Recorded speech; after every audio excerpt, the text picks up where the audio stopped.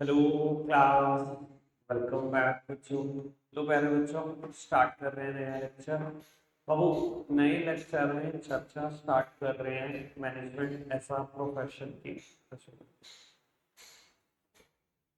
सच्ची बेटा, last lecture में ना चर्चा को हम काफी आगे बढ़ाकर गए थे।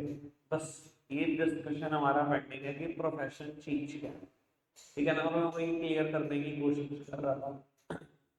मैंने ना बेटा आपको इतना बता दिया था कि सीए बनने के बाद हमारे पास ना तीन चॉइसेस होती है। मैं चार्टर्ड अकाउंटेंट के एंगल से ज्यादा बता सकता हूँ बेटा, क्योंकि मैं वो हूँ।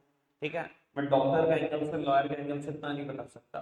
कोशिश करके ये बात अच्छा समझती हूँ। तो मेरे पास ऑप्शन होता है कि मैं प्रैक्टिस कर लूँ। सेकंड ऑप्शन होता है कि मैं जॉब कर लूँ। और थर्ड ऑप्शन होता है कि मैं प्रैक्टिस या जॉब ना करूँ, कुछ और कर लूँ। और कुछ और क्या क्या ऑप्शन हो सकता है और दुनिया क्या क्या करती है, मैंने सब बताया। तो ये बोलना कि सीए बनने के बाद दो ही ऑप्शन होता है, तीसरा कोई ऑप्शन नहीं होता, ये भी गलत बात है। दुनिया बहुत कुछ करती है सीए बनने के बाद। अब मैं बता देता हूँ बेटा, चाहे आप कुछ ही करो तीनों में से, आप क्या चाहते हो? आप अपने इंस्टीट्यूट से चाहते हो कि आप हमें मेंबरशिप नंबर दे दो।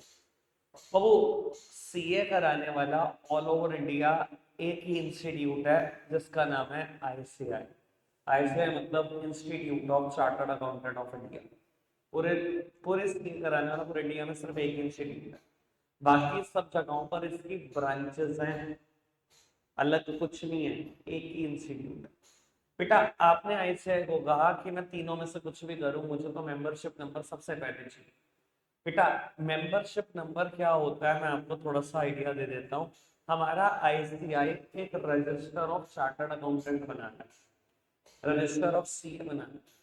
बेटा, पहले नंबर पे जो सीए बना उसका नाम लिखा, दूसरे नंबर पे जो सीए बना उसका नाम लिखा, तीसरे नंबर पे जो बना उसका नाम लिखा।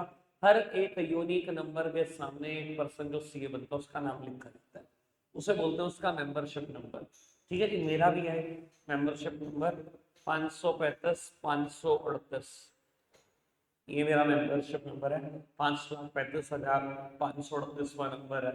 ठीक है जी। ऑब्वियसली इस सबका एक यूनिक नंबर ही होता होगा, कोई कॉर्पोरेट नंबर नहीं हो सकता। ठीक है जी। अच्छा, एक बात बताओ, मैं कहता हूँ चाहे आपने नौकरी करनी, चाहे कुछ भी नहीं करना सीए बन के, आप चाहोगे कि नहीं चाहोगे कि इस रजिस्टर में मेरा नाम लिखा जाए? जब इतनी मेहनत करके आपने सीए फाइनल क्लियर कर लिया, तो क्यों नहीं चाहोगे कि इस रजिस्टर में नाम लिखा जाए? नाम तो लिखवाना चाहेंगे सर। बेटा, अब आपने डिसाइड करा कि आप ना प्रैक्टिस करना चाहते हो। देखो, अगर आपने जॉब करनी है या कुछ और करना है तो आपको कुछ और रिक्वायरमेंट नहीं है। सीधा मेंबरशिप नंबर लिया, नौकरी करना शुरू कर सकते हो, या सीधा मेंबरशिप नंबर लिया कुछ और कर सकते हो। लेकिन अगर आपको प्रैक्टिस करनी है तो आप इंस्टीट्यूट को कहते हो कि मुझे एक और डॉक्यूमेंट दे दीजिए। नौकरी करने के लिए कुछ नहीं चाहिए, लेकिन बेटा प्रैक्टिस करनी है तो एक और डॉक्यूमेंट रिक्वायर्ड है। It is known as COP. प्यार से बोलते हैं सीओपी। बेटा मतलब होता है सर्टिफिकेट ऑफ प्रैक्टिस। आपको बेटा प्रैक्टिस का सर्टिफिकेट चाहिए जिसके थ्रू आप प्रैक्टिस कर सकते हो। मैं आपको बता देता हूँ, भगवान ना करे वैसा कभी ऐसा हो, कभी किसी डॉक्टर के कैबिन में जाते हो ना, उसकी सीट के ऊपर देखना बेटा, एक फ्रेम में लगा होगा सीओपी, एक फ्रेम में लगा होगा बेटा मेंबरशिप नंबर। एक पे मोहर लगी होगी रेड कलर की, एक पे मोहर लगी होगी ब्लू कलर की। किसी सीए के ऑफिस में जाते हो तो भी देख लेना, किसी लॉयर के ऑफिस में जाते हो तो भी देख लेना। हमेशा दोनों चीजें होती हैं, मेंबरशिप नंबर भी होता है, सीओपी भी होता है। ये इशू कौन करता है बेटा? आपकी प्रोफेशनल बॉडी।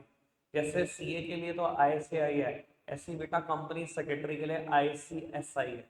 ऐसे ही बेटा cost and works account, cost and management accountant के लिए आईसीएमएआई है। ऐसे ही बेटा लॉयर के लिए बार काउंसिल ऑफ इंडिया है। ऐसे डॉक्टर के लिए इंडियन मेडिकल एसोसिएशन है, आईएमए। तो सबकी कोई ना कोई प्रोफेशनल बॉडी होती है। अब मैंने इंस्टीट्यूट को कहा जी मुझे सीओपी दे दो। इंस्टीट्यूट ने कहा जी मेरी कुछ शर्तें हैं, ये सब मान जाओ तो दे देते हैं सीओपी। तो मैंने कहा जी बताओ सर, क्या शर्तें हैं आपकी? तो बेटा, मेरे घर 24 शर्तें लिखी हुई आ गई। ये 24 शर्तों पे साइन कर दो तो दे देते हैं। भाई ये 24 शर्तें क्या है बेटा? मैं बहुत ज्यादा तो नहीं बता सकता, पर मैंने आपको कभी ना कभी 11th क्लास में बताया था बेटा, सीए कभी ऐड नहीं कर सकता, एक शर्त होती है, कभी भी नहीं कर सकते आप। तो आपका एड सिर्फ 3 जगहों पर दिखाई दे सकता है। घर के बाहर नेम प्लेट हो सकती है आपकी, पहला। दूसरा, आपकी बेटा ऑफिस के बाहर फ्लेक्स बोर्ड हो सकता है। और फ्लेक्स बोर्ड भी बता देता हूँ, कलर भी फिक्स है, कितने कलर में ऐड करना है, कितना साइज हो सकता है फ्लेक्स बोर्ड का। मतलब मजाक नहीं है ये कि येलो, बैंगनी, पिंक, कोई भी कलर का बोर्ड लगा दिया, ये भी नहीं कर सकते। व्हाइट एंड ब्लैक बोर्ड होता है, साइज भी फिक्स है। ठीक है जी। तीसरा, आप प्रोफेशनल स्टेशनरी पे ऐड कर सकते हो, विजिटिंग कार्ड पर, या बेटा जो आपके ऑफिस की फाइल्स आप छपवाते हो वो प्रोफेशनल स्टेशनरी में ऐड कर सकते हो। 3 जगह ऐड कर सकते हो। घर के बाहर नेम प्लेट लगा सकते हो, ऑफिस के बाहर फ्लेक्स बोर्ड लगा सकते हो, और अपनी प्रोफेशनल स्टेशनरी यानी कि विजिटिंग कार्ड और फाइल पर ऐड कर सकते हो। चौथी कोई जगह ही नहीं है। तो बेटा ऐसी 24 शर्तें, मैंने एक शर्त का ही एग्जाम्पल दिया आपको। जब ये आप 24 शर्तें मानने के लिए एग्री कर देते हो, साइन करके डॉक्यूमेंट भिजवा देते हो इंस्टीट्यूट, तो आपके घर COP आता है। बेटा अब आप क्या कर सकते हो, प्रैक्टिस कर सकते हो, मतलब अपना ऑफिस खोल सकते हो। ठीक है। अब मैं आपको एक बात बताता हूँ बेटा कि प्रोफेशनल क्या हुआ। देखो जनरली लोग बेटा सीधा ऐसा बोलते हैं, CA is a professional. But भाई एक बात बताओ, CA बनने के बाद अगर किसी इंसान ने नौकरी कर ली, तो बेटा वो प्रोफेशन में है या एम्प्लॉयमेंट में है। मैं 11th क्लास में जैसे ही पूछता था, बेटा अगर CA बनने के बाद नौकरी ही शुरू कर दी, तो बेटा आप कोई प्रोफेशनल नहीं होंगे, आप तो एम्प्लॉयमेंट में आ गए। सेम बात बेटा, आप डॉक्टर बन गए, और डॉक्टर बनने मतलब MBBS आपकी क्लियर होगी, MD हो गई, स्पेशलिस्ट हो गए हो। बेटा स्पेशलाइजेशन के बाद आपने क्या करा, मैक्स हॉस्पिटल में अपनी सर्विसेज देनी शुरू कर दी, नौकरी शुरू कर दी। अब you are not a professional, you are in employment. समझ में आती बात? यानी कि बेटा chartered accountant in practice, a doctor in practice, a lawyer in practice is a professional. ठीक है जी। और बेटा प्रैक्टिस मतलब ऑफिस खोलने को या क्लिनिक खोलने को प्रैक्टिस बोला जाता है। मुझे नहीं पता आप इस बात से क्या समझते हैं, पर पता है ना बेटा क्यों इसका नाम प्रैक्टिस है, मैंने कभी बताया उसका दिल लगे तुम्हें। क्या करता है डॉक्टर बेटा क्लिनिक खोलकर, आपकी बॉडी पे प्रैक्टिस ही तो करता है। CA क्या करता है, आपकी फाइल पे प्रैक्टिस ही तो करता है। इसको प्रैक्टिस इसलिए बोला गया बेटा, पता नहीं 10 साल बाद भी आप कोई नई चीज सीख रहे होंगे, तभी ये प्रैक्टिस है। डॉक्टर क्या करता है, मैं आपको आइडिया देता हूँ। भाई शुरू शुरू में तो नया नवेला डॉक्टर है, अभी खोला है क्लिनिक, ठीक है, उसने इंटर्नशिप करी है, 4 साल उसने भी किसी हॉस्पिटल में सर्विसेज दी है, तगड़े तगड़े केस देखे हैं। ऐसे ही आपने जब बेटा इंटर्नशिप की होती है CA में, 3 साल आपने भी बेटा अपने ऑफिस में जहाँ पर भी आपने इंटर्नशिप की है, आपने सभी केसेस देखे होते हैं, इनकम टैक्स के, GST के, सब देखा होता है। बट भाई अपने ऑफिस में ना एक नया ही कॉन्फिडेंस ही होता है। आज क्लाइंट एंटर हुआ मेरे ऑफिस में, उसने कहा जी मेरा कोई इनकम टैक्स का केस है, ये मैटर फंसा है, आप केस लड़ दो। सर क्या करेंगे हम? सर प्रैक्टिस ही करेंगे उसकी फाइल पे, क्योंकि बहुत बार आपने इंटर्नशिप में खुद से केस नहीं लड़ा होता, वहाँ तो सपोर्ट होता है ना, आपका CA साथ में जा रहा है, वो सिखा रहा है। कभी हमने डायरेक्टली नहीं लड़ा होता केस, कभी डायरेक्टली सेक्शंस नहीं बोले होते, कभी बेटा वर्बल इतना कम्युनिकेट नहीं किया होता। अब अपने ऑफिस में तो बेटा सारे काम खुद कर लें।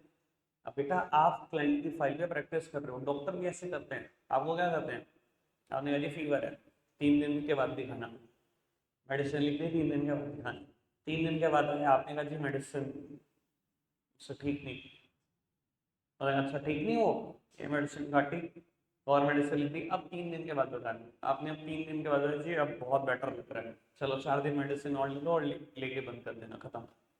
क्या किया उसने? शुरू में देखेंगे ना, ज्यादातर डॉक्टर क्या करते हैं, पहली बार जब आपको बुलाते हैं ना, उसके बाद दूसरी बार बहुत जल्दी बुलाते हैं। जैसे मैंने बोला 3 दिन के बाद, ये प्रैक्टिस हो रही है आपकी बॉडी के ऊपर। आपने कहा जी ठीक है, तो उसने कंटिन्यू कर दी मेडिसिन। आपने कहा जी ठीक नहीं है, उसने मेडिसिन चेंज कर दी। आपकी बॉडी पे प्रैक्टिस करी उसने। अब उसको 1 2 10 केस 20 केस 1000 केस देखकर समझ में आ जाता है कि हाँ ये मेडिसिन इतने फीवर में काम नहीं करती, ये दूसरी वाली काम करती है। अब 10 साल 20 साल के बाद वो इतना एक्सपर्ट हो जाता है, उसे पता होता है कि ये मेडिसिन काम करेगी, क्योंकि उसने आपकी बॉडी पे इतनी प्रैक्टिस कर ली है। अब क्या करता है वो, जैसे डॉक्टर हमारे संजीव मित्तल जी, वो तो भैया मास्टर आदमी हो चुके हैं, दिन भर के 300 केस देखना और कितने साल से प्रैक्टिस चल रही है, तो आप आइडिया समझ सकते हो कितना मास्टर हो चुका आदमी। तो वो तो सीधा कहते हैं 15 दिन के बाद दिखाना, 15 दिन मेडिसिन लो, 15 दिन के बाद दिखाना। उन्हें पता है काम करेगी करेगी, आप कहोगे नहीं हो। ये प्रैक्टिस है,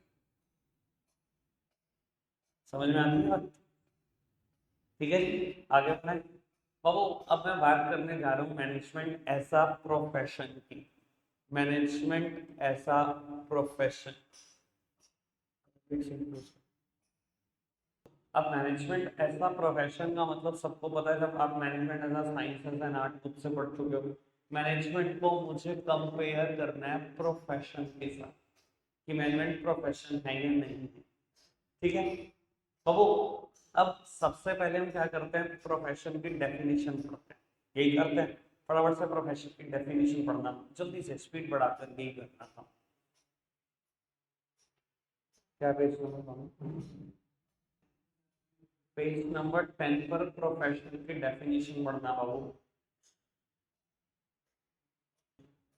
बेटा अगर प्रोफेशन की डेफिनेशन में कुछ समझ नहीं भी आए तो फीचर पढ़ते पढ़ते सब क्लियर हो जाएगा। पहली हेडिंग लिखी हुई है well defined body of knowledge.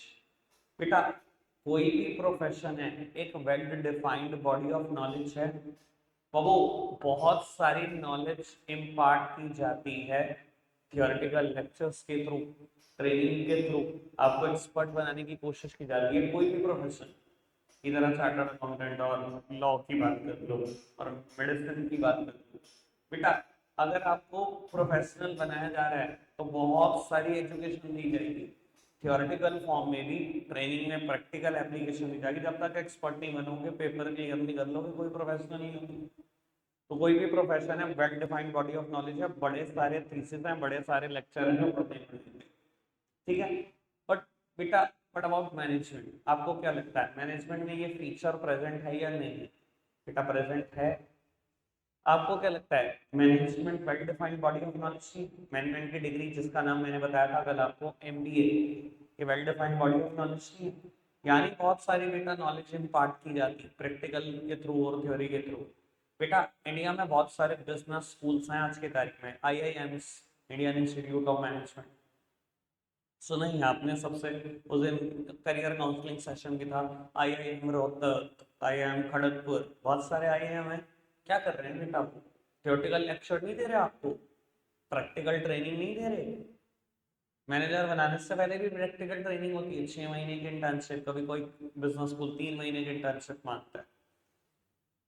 तो बेटा ये फीचर तो प्रेजेंट है, पहला फीचर तो बिल्कुल प्रेजेंट है। आगे बढ़ाएं, अगर सारे फीचर प्रेजेंट हुए तो हम बोलेंगे कि मैनेजमेंट एक कंप्लीट प्रोफेशन है, अदरवाइज नहीं। और वो सेकंड फीचर क्या है, रेस्ट्रिक्टेड एंट्री। बेटा एक बात बताओ, किसी भी प्रोफेशन में आपकी एंट्री रेस्ट्रिक्टेड होती है कि नहीं, थ्रू क्लियरिंग एन एग्जामिनेशन। आप किसी भी प्रोफेशन में डायरेक्टली एंटर नहीं कर जाओगे, ये नहीं कहते कि मैं प्रोफेशनल बन गया जी, मैं सीए बन गया। Your entry is restricted through clearing an examination. जैसे कि सीए में सी के फाइनल एग्जाम जब तक क्लियर नहीं करोगे तब तक you are not a CA, आपकी एंट्री उसमें रेस्ट्रिक्ट कर रखी है। ऐसे ही एमबीबीएस अगर कर रहे हो, बेसिक डिग्री तो डॉक्टर बनने के लिए एमबीबीएस ही है, अगर बेटा उसका लास्ट सेमेस्टर क्लियर ना हुआ तब तक बेटा डॉक्टर भी नहीं है। सेम वे बेटा अगर लॉ का लास्ट सेमेस्टर क्लियर ना करा तब तक बेटा लॉयर भी नहीं है। तो किसी भी प्रोफेशन में आपकी एंट्री रेस्ट्रिक्टेड होती है थ्रू क्लियरिंग एन एग्जामिनेशन। जब तक वो एग्जाम क्लियर नहीं होगा तब तक आप वहाँ प्रोफेशनल की लाइन पर नहीं जा पाए। ठीक है, पर क्या ये फीचर मैनेजमेंट में प्रेजेंट है? बेटा ज्यादातर केस में है, लेकिन बहुत सारी सिचुएशन में नहीं है। बाबू क्यों मैं कह रहा हूँ ये बात, आप बेटा बहुत सारी जगह पर देखते हो कि लोग मैनेजर बनकर बैठे हुए हैं और उन्होंने एमबीए डिग्री भी नहीं की, अपना डेसिग्नेशन लगाते हैं मैनेजर और बेटा डिग्री नहीं होती। अगर मैं बात करूँ 3 स्टार 4 स्टार होटल की बात, बेटा होटल मैनेजमेंट क्लियर भी नहीं होता, कईयों को होटल मैनेजमेंट का बारे में पता भी नहीं होता, एच भी नहीं पता होता। और बेटा क्योंकि पहले सालों से होटल में नौकरी कर रहे हैं, बड़ा एक्सपीरियंस है, तो उनको होटल वालों ने क्या करा, मैनेजर बना दिया बिना डिग्री के। और बेटा हम बहुत सारे प्राइवेट ऑर्गेनाइजेशन में भी देखते हैं लोग पैसों के दम पर बोर्ड ऑफ डायरेक्टर तक बने होते हैं क्योंकि उनके पास पैसा है। पढ़ाई उन्होंने नहीं कभी करी, एमबीए नहीं पास करी, सिर्फ पैसा था, अपनी कंपनी खोली, पोस्ट लेते गए बड़े से बड़ी, मैनेजर बन के बैठे हैं, कोई बोर्ड ऑफ डायरेक्टर बन के बैठा है, कोई सीईओ कोई सीएफओ बिना किसी डिग्री के। तो बेटा यहाँ आपकी एंट्री मैनेजमेंट में आपकी एंट्री रेस्ट्रिक्टेड नहीं है थ्रू क्लियरिंग एन एग्जामिनेशन। बिना एमबीए के भी लोग अपने आप को मैनेजर बुलाते हैं, है ना प्राइवेट ऑर्गेनाइजेशन में कल्चर। कईयों को तो आप जानते होंगे, कईयों को मैं भी जानता हूँ। तो बेटा ये फीचर प्रेजेंट नहीं हुआ। Third feature is professional association. बेटा हर प्रोफेशन की एक प्रोफेशनल एसोसिएशन होती है बेटा। जैसे कि सीए के हिसाब से बोलो, मैंने भी बोला था बेटा आई से आई, सीएस के हिसाब से आईसीएसआई, बेटा सीएमए के हिसाब से आईसीएमएआई, लॉयर के हिसाब से bar council of India, bar council of India, बेटा डॉक्टर के हिसाब से इंडियन मेडिकल एसोसिएशन। बेटा इन एसोसिएशन का मेंबर बनना जरूरी है। और वो मैंने सीए क्लियर की और मैं सोचूं कि मैं अपनी प्रोफेशनल एसोसिएशन का मेंबर ना बनूं, बेटा आई कांट साइन इवन। अगर मैं मेंबर ना बना ना, मैं कभी साइन नहीं कर सकता, मेरे साइन की कोई वैल्यू ही नहीं है। साइन ही नहीं कर सकता भाई, अगर इसका मेंबर नहीं हूँ मेरे साइन की कोई वैल्यू नहीं है। आपको बता देता हूँ, थोड़ा सा आइडिया दे देता हूँ इन डिटेल ताकि आपको बात समझ में आए क्यों साइन की वैल्यू नहीं है। बैंक का एक डॉक्यूमेंट है, मुझे बैंक में अपने क्लाइंट की बैलेंस शीट भेजनी है साइन करके, ठीक है जी। जब हम साइन करते हैं ना, अब मैंने साइन कर दिया, मान लो मैं ऐसे ही साइन करता हूँ, ये तो कोई भी कॉपी कर सकता है, फिर तो कोई भी साइन करेगा सीधा बैंक पहुंच गया डॉक्यूमेंट। ये तो मेरे साइन 1 मिनट में फॉर्ज हो सकते हैं, बेटा नहीं ऐसे नहीं हो सकते। मैंने साइन तो कर दिए। किसी भी डॉक्यूमेंट के ऊपर ना हमें यूडिन लगाना होता है, यूनिक डॉक्यूमेंट आइडेंटिफिकेशन नंबर, ये बताने के लिए कि मैंने साइन करे। यूनिक डॉक्यूमेंट आइडेंटिफिकेशन नंबर, ठीक है। ये कहां से जनरेट होता है, इसकी वेबसाइट से। मैंने इसकी वेबसाइट पे मैंने बताया कि मैं बैलेंस शीट को साइन कर रहा हूँ, मुझे यूडिन चाहिए, यूडिन जनरेट हुए, यूनिक नंबर मैंने यहाँ पर पेस्ट कर दिया, साइन करके भेज दिया। बैंक क्या करता है, ये वेरीफाई करने के लिए कि मनीष ने ही साइन करे हैं, इसकी वेबसाइट पे जाता है, चेक करता है मेरा अकाउंट और देखता है मैंने साइन करे हैं या नहीं करे। बिल्कुल मैंने करे हैं, सब ओके। अब कोई भी मेरे साइन फिजिकली तो कॉपी कर सकता है, यूडिन तो जनरेट नहीं कर पाएगा, मेरा यूजर आईडी मेरा पासवर्ड है। ये समझना है कि सीए कर सकता है। अच्छा एक बात बताओ, मैं कभी सपने में भी सोच सकता हूँ कि मैं इसका मेंबर ना हूँ। अगर मैं इसका मेंबर नहीं होऊंगा, कल मेरा यूजर आईडी पासवर्ड बन जाएगा, मेरे को यूडिन मिल पाएगा, किसी भी डॉक्यूमेंट को साइन कर पाऊंगा। आइडिया लग गया। तो बेटा किसी भी प्रोफेशन के लिए प्रोफेशनल एसोसिएशन का मेंबर बनना बहुत जरूरी है, वरना आपकी कोई वर्थ नहीं। समझ आएगा। अब ये देखते हैं फीचर मैनेजमेंट में प्रेजेंट है कि नहीं। बेटा हाल ही में कुछ साल पहले ही मैनेजर्स के लिए मैनेजमेंट के लिए भी एक नई प्रोफेशनल एसोसिएशन बनी, all India management association, AIMA, all India management association. But बेटा मैनेजर्स को इसका मेंबर बनना कंपलसरी नहीं है। भाई हमें तो कंपलसरी है, हम तो इसके बिना बेकार है। बेटा आप इसके बिना बेकार नहीं, आपने एमबीए करा, आप AIMA का मेंबर नहीं बनना चाहते, कोई दिक्कत नहीं, आपकी जिंदगी पे कोई असर नहीं पड़ेगा, आप कंटिन्यू कर सकते हो मैनेजर की जॉब में, सब कुछ कोई दिक्कत नहीं है। तो सर ये फीचर प्रेजेंट नहीं हुआ मैनेजमेंट में। क्लियर हुई बात, आगे बढ़ जाए। तो वो fourth heading is ethical code of conduct. बेटा प्रोफेशन की एक प्रोफेशनल बॉडी है, मैंने आपको बताया हर प्रोफेशन की एक प्रोफेशनल बॉडी है, सीए की भी एक प्रोफेशनल बॉडी है। बेटा ये इशू करती है कोड ऑफ कंडक्ट, जिसको मानना हर हाल में कंपलसरी है, हर हाल में कंपलसरी। इसका मेंबर बने रहना है तो शर्तें माननी पड़ेगी इसकी। मैंने अभी बताया था ना 24 शर्तें, वही है बेटा इथिकल कोड ऑफ कंडक्ट या प्रोफेशनल कोड ऑफ कंडक्ट। अगर आपने ब्रेक करी ना, सीओपी तक कैंसिल हो जाते हैं, पूरी जिंदगी प्रैक्टिस नहीं कर सकते, मेंबरशिप तक कैंसिल हो जाते हैं, उस रजिस्टर से नाम हटा दिया जाता है। इतनी खतरनाक खतरनाक पनिशमेंट मिलती है। तो बेटा अगर मेंबर बने रहना है तो एथिकल कोड ऑफ कंडक्ट मानने पड़ेंगे, जो भी आपकी प्रोफेशनल बॉडी इशू है। बेटा अब क्या ये फीचर मैनेजमेंट में प्रेजेंट है? अभी हमने पिछले फीचर में देखा कि मैनेजर्स को AIMA का मेंबर बनना ही जरूरी नहीं है। जब मेंबर ही बनना जरूरी नहीं है तो कोड ऑफ कंडक्ट मानने क्यों जरूरी होंगे? एक इंसान कहते मैं मेंबर ही नहीं बनता तो वो कोड ऑफ कंडक्ट भी नहीं मानेगा। जो मेंबर बनेगा वही तो मानेगा ना कोड ऑफ कंडक्ट। जो मेंबर बने रहना कंपलसरी नहीं है तो कोड ऑफ कंडक्ट में मानना भी कंपलसरी नहीं है। तो ये फीचर भी प्रेजेंट नहीं है मैनेजमेंट में। ठीक है। And last one is service motive. बेटा कोई भी प्रोफेशन है दुनिया में, सबका मोटिव सर्विस मोटिव है। मतलब बाबू देखो, ऑल्दो प्रॉफिट कमा रही है ये, पर बेटा कभी भी मोटो पैसा कमाना नहीं है। आप किसी भी बेटा प्रोफेशन के बारे में पढ़कर देख लो, डॉक्टर प्रोफेशन का मोटो पैसा कमाना नहीं है। ऑल्दो वो बात अलग है कि डॉक्टर और हॉस्पिटल अलग में प्रॉफिट कमाते हैं, मोटो नहीं है। वो कहते हैं मोटो हमारा सर्विस करनी है। चार्टर्ड अकाउंटेंट भी यही कहते हैं। आपको बता देता हूँ, कोई भी प्रोफेशनल एसोसिएशन हमेशा यही बोलती है, और कोई भी प्रोफेशनल अपना कभी ट्रेडिंग अकाउंट और P&L अकाउंट नहीं बनाता। P&L अकाउंट क्या निकलवाएगा? प्रॉफिट या लॉस। ये NPO की तरह अकाउंटिंग करते हैं, नॉट फॉर प्रॉफिट ऑर्गेनाइजेशन की तरह इनकम एंड एक्सपेंडिचर अकाउंट बनाते हैं। अभी आपने कभी NPO के अकाउंट नहीं पढ़े? आज से 4 साल पहले 12th क्लास में होते थे, कोविड के बाद से चैप्टर हटा दिया। सबसे काम की चीज थी ये, मुझे लगता है जो हटा दी गई, वापसी कभी इंसर्ट नहीं होगी। सर कोई भी प्रोफेशनल एसोसिएशन है, वो है हमेशा प्रोफेशनल को कहती है अपने अकाउंट्स ऐसे बनाने हैं। You are NPO, not for profit making organisation. आप प्रॉफिट बनाने के लिए नहीं बने, सर्विस देने के लिए बने। और बात अलग है कि करोड़ों के प्रॉफिट आए, पर मोटो नहीं है पैसा। ठीक है जी बाबू, क्या ये फीचर मैनेजमेंट में प्रेजेंट है? बेटा मैनेजमेंट में प्रेजेंट है, क्योंकि देखो कल आप 11th क्लास में थे। जब आप 11th क्लास में थे आपको सोशल रिस्पॉन्सिबिलिटी करके चैप्टर नंबर 6 पढ़ाया जाता था, बिजनेस में पढ़ाया जाता था।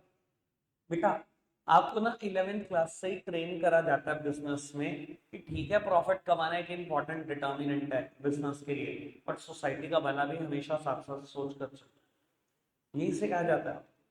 तो वो MBA में आप किसी फील्ड में MBA कर लो, हर एक में कंपलसरी सब्जेक्ट है सोशल रिस्पॉन्सिबिलिटी। BBA में भी बेटा कंपलसरी सब्जेक्ट है आपके पास सोशल रिस्पॉन्सिबिलिटी। तो आपको हमेशा यही तैयार किया जाता है कि कल को किसी ऑर्गेनाइजेशन में आप जाकर मैनेजर बनोगे, वहां अपने बॉस को, अपने ऑनर्स को यही सिखाना है कि सोसाइटी का भला साथ सोचना, यानी कि आपको भी सर्विस मोटिव पूरा सिखाया जाता है। तो ये फीचर प्रेजेंट है मैनेजमेंट में। पहला फीचर प्रोफेशन का well defined body of knowledge और सर्विस मोटिव, ये दोनों प्रेजेंट है फर्स्ट और फिफ्थ। बीच के 3 फीचर प्रेजेंट नहीं है। तो बेटा management is not a full fledged profession. Management कोई फुल फ्लेज्ड प्रोफेशन नहीं है। क्लियर है बात? आगे बढ़ सकते हैं। बेटा लेवल्स ऑफ मैनेजमेंट, मुझे आज का एक और टॉपिक करना है, निकालने का टॉपिक लेवल्स ऑफ मैनेजमेंट। और अगर नहीं भी निकालोगे खैर मुझे कोई खास फर्क नहीं पड़ता। आप सामने देख लो तो मुझे लगेगा वो भी मेरे लिए बिल्कुल ओके बात है। सामने देखना, top level, middle level, lower level और जीरो लेवल पे काम करते हैं मेरे वर्कर्स। सर ये टेबल मैंने वैसे बहुत बार बनाया है पूरे साल भर में, बट बेटा इसके बारे में कभी बहुत डिटेल डिस्कशन की। मैंने कहा था करूंगा जब चैप्टर बनेगा, तो वो आज परफेक्ट टाइम में डिस्कशन करते हैं। अच्छा ये तो पता ही है ना, ये पिरामिड क्यों बनाते हैं? ये बताने के लिए कि नंबर ऑफ एम्प्लॉय यहाँ पर सबसे ज्यादा, और अगर यहाँ बताना हो तो ये पिरामिड इतना बड़ा हो। वो टॉप लेवल का ये ट्राइंगल सबसे छोटा है, ये बताता है कि टॉप लेवल पे सबसे कम लोग काम करते हैं किसी भी ऑर्गेनाइजेशन में। मिडिल लेवल का ट्राइंगल थोड़ा सा और बड़ा है, ये बताने के लिए कि नंबर ऑफ वर्कर यहाँ थोड़े ज्यादा होते हैं, यहाँ बहुत ज्यादा होते हैं। वैसे कोई बुक बनाती नहीं, पर अगर जीरो लेवल बनाना हो तो यहाँ हद से ज्यादा होते हैं। ठीक है ना जी? कभी भी इस डायग्राम को ऐसे मत बनाना पेपर में कि आपने बेटा ये 4 बॉक्स खींच दिए और आपने सोचा जी बस हो गया मेरा तो कार्रवाई हुई, नंबर नहीं मिलेंगे, 1 मिनट में टीचर काट के भेज देगा इसको। ठीक है जी? अब वो कौन लोग कहाँ पर काम करते हैं थोड़ा सा डिस्कशन का मुद्दा है। बेटा सारे मैनेजर्स यहाँ पर काम करते हैं, सारे के सारे मैनेजर्स, बहुत बार बताया मैंने। परचेस मैनेजर हो, सेल्स मैनेजर हो, मार्केटिंग मैनेजर हो, इन्वेंट्री कंट्रोल मैनेजर हो, फैक्ट्री मैनेजर हो, ह्यूमन रिसोर्स मैनेजर हो, सारे मैनेजर यहाँ पर काम करेंगे, दो को छोड़कर। बेटा एक मैनेजर यहाँ पर काम करता है जिसको बोलते हैं जीएम, जनरल मैनेजर। बेटा सारे के सारे मैनेजर्स जनरली जीएम को रिपोर्ट करते हैं। अगर सारे मैनेजर जीएम को रिपोर्ट करते हैं, ऑब्वियसली जीएम इन सबसे तो ऊपर वाले लेवल पे होगा ना, तभी तो रिपोर्ट कर रहे हैं। क्लियर बात। और एक मैनेजर बेटा लोअर लेवल पे काम करता है, इससे हम बोलते हैं first line manager. First line manager. और मैं बच्चों को कहता हूं कैसे इसको याद रखो बेटा, क्योंकि इसका लाइन में नंबर पहला है। वर्कर तो कोई नहीं बनाता ना, किसी किताब में नहीं है, ये तो मैं समझाता हूँ आपको। क्योंकि इनका लाइन में नंबर पहला है, मैं तो ऐसे याद रखता था फर्स्ट लाइन मैनेजर। ठीक है जी। अब टॉप लेवल पे कौन कौन सी पोस्ट आती है, मैंने सारी वैसे पोस्ट मेंशन की हुई है बेटा। जितनी तगड़ी पोस्ट आप सोच सकते हो, जो मूवीज में सुनते हो, वो सब यही आती है। बस कहाँ फंसता है बच्चा, मैं थोड़ा सा वो आइडिया दूंगा। देखो एक तो हमने जनरल मैनेजर का नाम लिख दिया, CEO, CFO, COO, CEO, CFO, COO, chairman, पहले इन चारों का। CO chief executive officer, CFO chief financial officer, COO chief operating officer, chairman. बेटा यहीं पर आते हैं प्रेसिडेंट एंड वाइस प्रेसिडेंट। फंसता कहाँ है बच्चा, यहाँ। उसके दिमाग में ना सारी जिंदगी रहता है प्रेसिडेंट यहाँ आता है, जैसे पेपर में बढ़ाता है वाइस प्रेसिडेंट, उसको लगता है अच्छा वाइस है, प्रेसिडेंट के नीचे यहाँ चिपका दो। टॉप लेवल पे काम करता है। ठीक है जी। अब वो बोर्ड ऑफ डायरेक्टर वर्ड दे या मैनेजिंग डायरेक्टर वर्ड दे, ये सारे और जीएम ये सब टॉप लेवल पे काम करते हैं। ठीक है जी। सब तगड़े नाम है, सब तगड़े वर्ड है, कभी भूलता भी नहीं आदमी जनरली को। इसको तो वैसे ही नहीं बोलता, सारे मैनेजर यहाँ पर है। मैनेजर के अलावा एक नाम पेपर में सबसे ज्यादा आता है, प्लांट सुपरिंटेंडेंट। Plant superintendent. अगर कभी वर्ड है सुपरिंटेंडेंट, ध्यान रख लेना, सुपरिंटेंडेंट लोअर लेवल पे काम करता है। प्लांट सुपरिंटेंडेंट आ जाए तो बेटा मिडिल लेवल पे काम करता है। और वो पेपर में आपको नाम आता है फॉरमैन। फंक्शनल फॉर्मेनशिप पढ़ी है तो फॉरमैन के बारे में मैंने वहां पर भी बहुत सब बताया। ठीक है ना। और वो लोअर लेवल पे काम करते हैं, ये भी वहां बता रखा। ठीक है जी। इसके अलावा कोई भी नाम आ जाए जो मैंने नहीं बोले, सब लोअर लेवल की पोस्ट है, सब की सब। कोई दिक्कत कोई परेशानी तो नहीं। सुपरवाइजर आ जाए यही आएगा, कुछ और भी आ जाए सब यही आएगा। ठीक है। कोई दिक्कत कोई परेशानी तो नहीं, बढ़े आगे। अब बेटा पेपर में क्वेश्चन कैसे आता है, आपको कह दिया मोहित एक पर्सन है, किसी ऑर्गेनाइजेशन में काम कर रहा है एज अ प्लांट सुपरिंटेंडेंट, इसके फंक्शन लिखो। कभी आपको डायरेक्टली नहीं कहेगा टॉप लेवल के फंक्शन लिखो या मिडिल लेवल के फंक्शन लिखो या लोअर लेवल के फंक्शन लिखो। इनडायरेक्टली कोई पोजीशन का नाम देगा, कोई डेजिग्नेशन का नाम देगा और आपसे एक्सपेक्ट करेगा कि आप उसके फंक्शन लिखो। अब मैं कहता हूँ मैं चाहे सबके फंक्शन जानता हूँ, अगर जैसे ही मैंने कह दिया मोहित प्लांट सुपरिंटेंडेंट है, इसलिए वो लोअर लेवल पे काम कर रहा है, मानो मैंने गलत आइडेंटिफाई किया, क्या टीचर आगे पढ़ेगा कुछ ही पता। तो बाबू कुछ इतना सा भी गलत होगा सब कुछ उड़ गया, समझ में बात। तो डेजिग्नेशन हर अच्छे से पढ़ लो, अच्छे से याद कर लो। ठीक है जी। रही बात फंक्शन की, फंक्शन तो बेटा 2 ही मिनट के हैं। आपको ही तो लग रहा होगा फंक्शन बहुत बड़े हैं बहुत मुश्किल है, 2 मिनट आओ जी खत्म करते हैं। टॉप लेवल के फंक्शन क्या है बेटा, मैं हमेशा कैसे याद करता हूँ टॉप लेवल के फंक्शन, ये समझ लो प्लीज मेरी तरफ देखना, अब गड़बड़ नहीं होनी चाहिए, सामने देखेंगे सब। तो वो टॉप लेवल के 5 फंक्शन आप कम से कम लिखोगे। ठीक है जी। मैंने कैसे याद किए हुए हैं, पोस्ट डीसी है ना, प्लानिंग ऑर्गेनाइजिंग स्टाफिंग डायरेक्टिंग सबसे कम करता है टॉप लेवल, तो प्लानिंग ऑर्गेनाइजिंग स्टाफिंग कंट्रोलिंग मैंने ऐसे याद किया था। क्या लिखोगे, प्लानिंग से 2 बातें लिखोगे कि टॉप लेवल डिप क्या करता है, ऑर्गेनाइजेशनल गोल सेटअप करता है, ऑब्जेक्टिव सेटअप करता है, लॉन्ग टर्म ऑब्जेक्टिव। भाई और कौन करेगा ऑब्जेक्टिव सेट, इस साल मेरी ऑर्गेनाइजेशन क्या अचीव करेगी, कौन बनाएगा, टॉप लेवल को बताएगा। दूसरा काम जो हम प्लानिंग नहीं करते हैं बेटा, वो क्या करते हैं, वो पॉलिसीज फ्रेम करते हैं। मेजर पॉलिसीज, जितनी भी मेजर पॉलिसीज हैं सबकी सब टॉप लेवल बनाता है, मेजर पॉलिसीज और लॉन्ग टर्म ऑब्जेक्टिव। ये बात मैंने प्लानिंग में ही पढ़ी है, इसी वजह से मैंने इनको प्लानिंग के अंडर ही लिखा। ठीक है जी, पेपर में ये नाम ना लिख कर आना, यही नाम लिख कर आना हेडिंग। ठीक है बाबू, इसका नाम आप ऑर्गेनाइजिंग लिख सकते हो। ऑर्गेनाइजिंग में आपने क्या पढ़ा था याद होगा, फंक्शन और डिविजनल स्ट्रक्चर पढ़ा था, यहां से याद करो क्या लिखोगे। टॉप लेवल डिसाइड करता है कि ऑर्गेनाइजेशन फंक्शनल स्ट्रक्चर अडॉप्ट करेगी या डिविजनल, और फंक्शनल करेगी तो कितने डिपार्टमेंट में बांटेगी, और डिविजनल करेगी तो कितने डिविजन्स में बांटेंगे organisation. It is decided by the top level.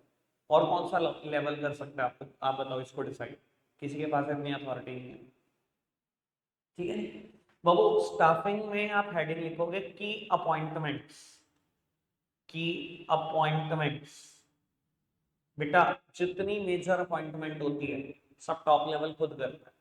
वैसे मैंने आपसे डिस्कस किया हुआ है, ज्यादातर केस में बेटा अपॉइंटमेंट कौन करता है, ह्यूमन रिसोर्स मैनेजर एक पोस्ट है वो करता है सारी अपॉइंटमेंट्स। लेकिन मैं कहूँ मेरी ऑर्गेनाइजेशन में एचआरएम की ही पोस्ट वैकेंट है, आज उसी का इंटरव्यू कंडक्ट होना है, वो कौन करेगा, ऑब्वियसली भाई ये वाला लेवल करेगा।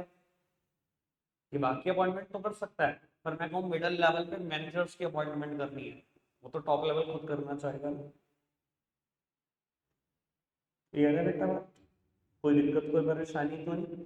तो बाबू सारी मेजर अपॉइंटमेंट कौन करता है बेटा, टॉप लेवल खुद करता है। चारों बातें समझ में, लॉन्ग टर्म गोल सेटअप करना, मेजर पॉलिसीज, ठीक है जी, ऑर्गेनाइजेशन को कितने डिवीजन में बांटना है, डिपार्टमेंट में बांटना है, की अपॉइंटमेंट्स। बेटा कंट्रोलिंग टॉप लेवल खुद करता है। सर कंट्रोलिंग का मतलब क्या होता है, मॉनिटर करना परफॉर्मेंस को। बेटा ऑर्गेनाइजेशन की भी परफॉर्मेंस मॉनिटर टॉप लेवल करता है, एज वेल एज ध्यान रख लेना जितने मेजर अपॉइंटमेंट उसने करे हैं उनकी भी परफॉर्मेंस मॉनिटर खुद करता है टॉप लेवल। चेक करता रहता है कितना काम कर रहे हैं, क्या काम कर रहे हैं, ठीक कर रहे हैं कि नहीं कर रहे, तो मॉनिटरिंग करता है टॉप लेवल। कहाँ से याद रखना है, मैं कहता हूँ मैंने कई साल पहले इसको पढ़ा था, मैं दोबारा देखता भी नहीं, मुझे ऐसे ही याद रहता है ये। क्लियर है बात, समझ आती है, आगे बढ़े बात बेटा। हाँ एक और, मिडिल लेवल के फंक्शन, चलो लोअर लेवल के कर लो, मिडिल लेवल के कल कराते हैं।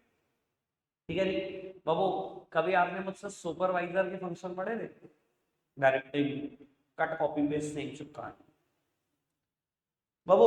सबसे पहली हेडिंग लिखना लिंक, लिंक पहला function. Lower level is the link between the workers and the middle level, क्योंकि आप लिंक हो तो आपकी जिम्मेदारी कम्युनिकेशन की भी है। लोअर लेवल क्या करता है, इनके ऑर्डर सामने देखो, मिडिल लेवल के ऑर्डर इंस्ट्रक्शन पास ऑन करते हैं वर्कर को, और इनकी ओपिनियन ग्रीवेंसेस पास ऑन करते हैं मिडिल लेवल को। दो बातें क्लियर बाबू। वर्कर डिसिप्लिन में रहे, ये कौन इंश्योर करेगा, लोअर लेवल करेगा। तीसरा फंक्शन आपको डिसिप्लिन इंश्योर करना है बाबू। वर्कर की सेफ्टी कौन इंश्योर करेगा, आप इंश्योर करोगे वर्कर सेफ रहे, चांसेस ऑफ एक्सीडेंट कम से कम हो, ये आप इंश्योर करोगे। डिसिप्लिन थर्ड हेडिंग, सेफ्टी चौथी हेडिंग, पांचवी on the job training. Worker को ऑन द जॉब ट्रेनिंग कौन देगा, सब आप ही हो डायरेक्ट टच में वर्कर के, तो ट्रेनिंग देना किसका काम है, आप ही दोगे, वो तो कोई नहीं दे सकता। समझ आई बात, अभी तक मैंने जितनी भी बोली। ठीक है जी बेटा, उनके साथ आप एक्ट करोगे as a philosopher, as a guide, as a supervisor. Heading दे सकते हो सुपरवाइजर, हेडिंग दे सकते हो गाइड, हेडिंग दे सकते हो फिलोसफर। ठीक है, 6-7 बातें कर दी मैंने, और लगभग बता देता हूँ। एक और बात नहीं कर सकते हो, analysis of work being perform. बेटा आपने, वर्कर्स ने फिनिश गुड्स बना दिए, उसको आप चेक करोगे वो सही बन रहा है, शेप कलर साइज डायमेंशन। अगर वो खराब बन रहा है तो डिस्कार्ड कर दो, मार्केट में बेचने के लिए नहीं चाहता। और अगर वो ठीक बन रहा है तो बिल्कुल शाबाशी दो वर्कर को। तो वर्कर का काम चेक करना यानी कि सुपरवाइज करना, यहाँ पे भी नहीं। मैंने 6-7 बातें तो बोली थी, तो ये लगभग वही बातें बोली जो सुपरवाइजर में भी मैंने सेम ही बोली थी, कुछ अनोखी नहीं बोल रहा हूँ। क्लियर है, मिडिल लेवल के फंक्शन रहते हैं, अरे कर लो यार निपटाओ, मेरे को फिर कल दोबारा शुरू करना पड़ेगा सारा टाइम का। निपटा, 1 मिनट की बात है बाबू। मिडिल लेवल के फंक्शन की बात करूं तो लिंक और कम्युनिकेशन सेम, तभी मैं कह रहा हूं इसमें मेहनत नहीं है ना, वरना कल दोबारा करनी पड़ेगी। लिंक और communication same, middle level is the link between top level है लोअर लेवल, क्योंकि आप लिंक को तो कम्युनिकेशन की जिम्मेदारी आपकी है। बाबू इनके ऑर्डर इंस्ट्रक्शन पास ऑन करोगे लोअर लेवल को, इनकी ओपिनियन ग्रीवेंसेस पास ऑन करोगे टॉप लेवल को। दो बातें तो सेम। बाबू दो बातें यहाँ से उठाओ इसके फंक्शन से। बेटा अगर आप लॉन्ग टर्म ऑब्जेक्टिव सेट करते हो तो ये डिपार्टमेंटल ऑब्जेक्टिव सेट करते हैं। इनके डिपार्टमेंट के ऑब्जेक्टिव क्या होंगे, मिडिल लेवल ये सेट करता है। बाबू इनके डिपार्टमेंट यही होंगे ना, ये मैनेजर्स हैं। प्रोडक्शन डिपार्टमेंट का ही तो प्रोडक्शन मैनेजर होता है, सेल्स डिपार्टमेंट का ही तो सेल्स मैनेजर होता है, वही तो बताएगा मेरे डिपार्टमेंट इस साल क्या करेगा। बाबू लॉन्ग टर्म ऑब्जेक्टिव के हिसाब से आप डिपार्टमेंटल ऑब्जेक्टिव सेट करते हो, ये जिम्मेदारी मिडिल लेवल की है। समझ आती है बात? कोई दिक्कत कोई परेशानी तो नहीं बेटा। पॉलिसीज ये बनाता है, ऑब्वियसली आप इनको ऑर्डर नहीं दे सकते, ओपिनियन तो दे सकते हो। आप इनको ओपिनियन दे सकते हो कि आप इस पॉलिसी को रिव्यू कर लो एक बार, और अगर आपको कमी लगती है तो रिवाइज भी कर दो। ठीक है ना? आप क्या करते हो, रेकमेंड करते हो इनको, ऑर्डर नहीं दे सकते, रेकमेंडेशन तो दे सकते हो कि मैं रेकमेंड करता हूँ सर आपको एक बार ये पॉलिसी दोबारा से रिव्यू करो, एक बार अच्छे से पढ़ो, उसमें मुझे कुछ फॉल्ट लगे, अगर आपको फॉल्ट लगे तो प्लीज रिवाइज कर दो। ऑर्डर तो नहीं दे सकते पर रेकमेंड तो कर ही सकते हो कि ऐसा कर लो। ठीक है जी, मैंने यहीं से दोनों बातें उठाई, दिख गया? ठीक है, लिंक और कम्युनिकेशन पुरानी बात। एक आखिरी बात, assignment of duty. Assignment of duty ये बात बहुत सारी जगह पर आ सकती है। Assignment of duty Babu middle level he lower level को असाइन करता है जॉब, कि कौन सा पर्सन क्या काम करेगा, कौन ऐसा फॉरमैन काम करेगा, कौन ऐसा सुपरवाइजर काम करेगा, कौन क्या काम करेगा, ये मिडिल लेवल। सबसे आसान लगते हैं मुझे फंक्शन, कभी चिपका दो पेपर में, आ चलो यहीं बिठा लेंगे आपको। इतनी किताब पे समझ हासिल कर ली है कि अब तो यहीं बिठा लेंगे आपको। ठीक है जी, रखते हैं आज के लिए इतना ही है मेरे बच्चों। बाय।